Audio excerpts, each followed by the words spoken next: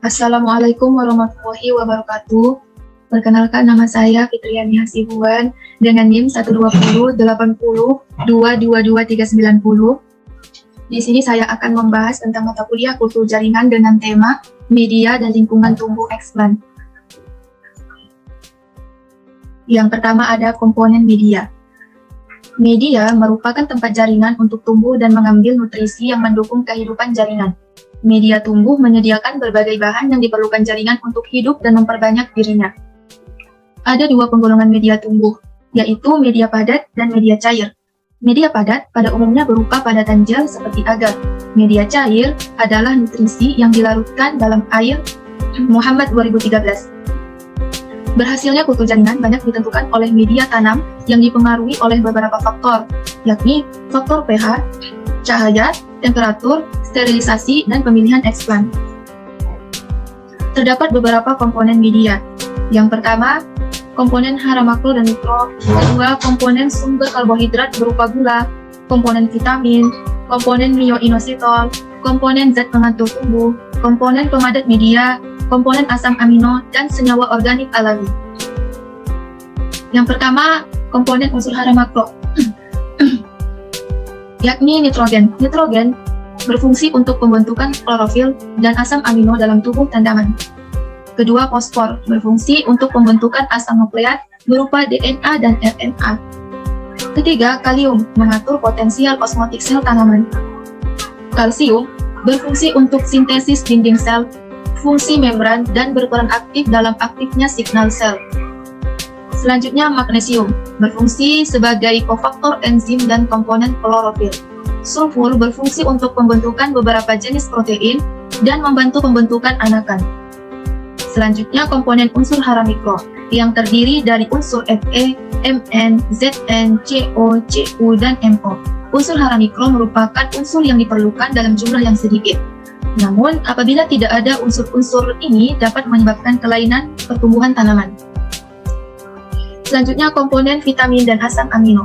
Vitamin sebagai katalisator dalam proses metabolisme, pertumbuhan sel, diferensiasi sel, dan jaringan yang ditanam secara in vitro. Asam amino digunakan sebagai sumber N-organik untuk merangsang pertumbuhan sel. Selanjutnya, komponen sumber karbohidrat yakni gula. Jenis gula yang digunakan dalam kultur in vitro yang paling umum ialah jenis sukrosa, berkisar 2-3% atau 20-30 gram per liter media. Jenis gula lainnya terdapat laktosa, glukosa, dan maltosa. Gula diberikan pada media berfungsi untuk respirasi yakni sebagai sumber energi. Selanjutnya, komponen myoinositol. Myoinositol adalah senyawa golongan karbohidrat yang ditambahkan pada media kultur dalam jumlah sedikit untuk menstimulasi pertumbuhan sel pada banyak spesies tanaman. Meskipun bukan tergolong vitamin, namun senyawa ini akan terpecah menjadi vitamin C dan pektin. Myoinositol memiliki peran dalam pembelahan sel, digunakan dalam konsentrasi berkisar 50-5000 ppm.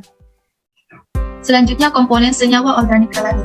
Senyawa organik alami berupa air kelapa, santan kelapa, ekstrak tomat, ekstrak pisang, ekstrak kentang, dan ekstrak tanaman lainnya yang seringkali ditambahkan pada media kultur untuk menstimulasi pertumbuhan sel atau jaringan kultur. Selanjutnya, jenis-jenis media. Jenis media tergolong menjadi dua. Pertama, media dasar dan media perlakuan. Media dasar berupa kombinasi zat yang mengandung hara makro, hara mikro, sumber energi, dan vitamin. Media perlakuan berupa media dasar yang dilengkapi dengan perlakuan-perlakuan tertentu seperti penambahan zat pengatur tumbuh dan senyawa organik. Jenis media dasar yang sering digunakan dalam kultur jaringan. Pertama, media MS yang berfungsi untuk menginduksi organogenesis dan regenerasi tanaman. Media N6 didesain untuk tanaman Serralia, media Knop didesain untuk menumbuhkan Callus wortel, dan media Knudson didesain khusus untuk kultur anggrek. Selanjutnya, faktor yang mempengaruhi pertumbuhan kultur jaringan. Pertumbuhan eksplan dalam lingkungan yang aseptik atau steril dan terkendali. Terdapat larutan stok media.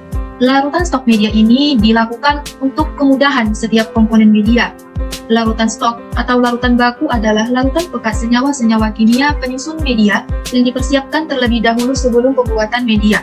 Larutan stok dibuat dalam konsentrasi pekat 10 atau 100 kali konsentrasi akhir yang diperlukan untuk media. Larutan stok akan mempermudah penyiapan media.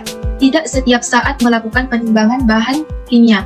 Larutan stok memastikan bahwa jumlah atau volume masing-masing komponen media diberikan dalam jumlah yang tepat, terutama untuk zat-zat yang diberikan dalam jumlah yang sangat kecil. Metode penimbangan sering tidak akurat dalam menetapkan jumlah yang sangat kecil. Pembuatan larutan stok media didasarkan pada pengelompokan yang terdiri dari 5 kelompok. Pertama, stok makro, kedua, stok mikro, ketiga, stok Fe, keempat, stok vitamin, dan kelima, stok hormon. Stok hormon dapat disimpan selama 2-4 minggu dalam refrigerator.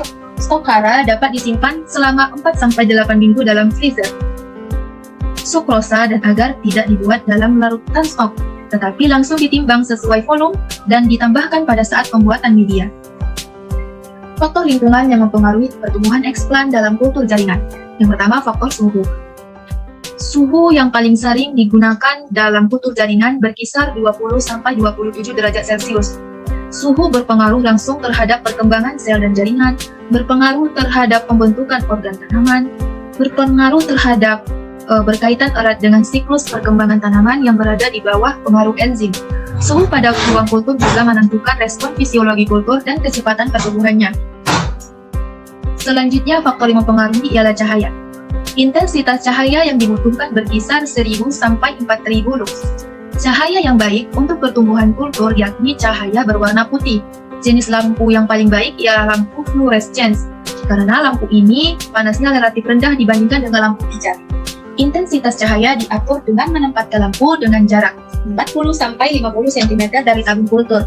Umumnya, tanaman kultur jaringan membutuhkan 14-16 jam lama penyinaran. Berguna untuk mengatur proses-proses morfogenik tertentu seperti pembentukan pucuk dan akar. Terakhir ialah faktor yang mempengaruhi pertumbuhan eksplan ialah kelembaban. Kelembaban relatif ruang tumbuh kultur jaringan kurang lebih 70%. Kelembaban di dalam botol kultur mendekati 90%. Kelembaban udara penting untuk mencegah kultur mengalami kekeringan. Apabila kelembaban terlalu rendah, maka penguapan air akan terlalu besar.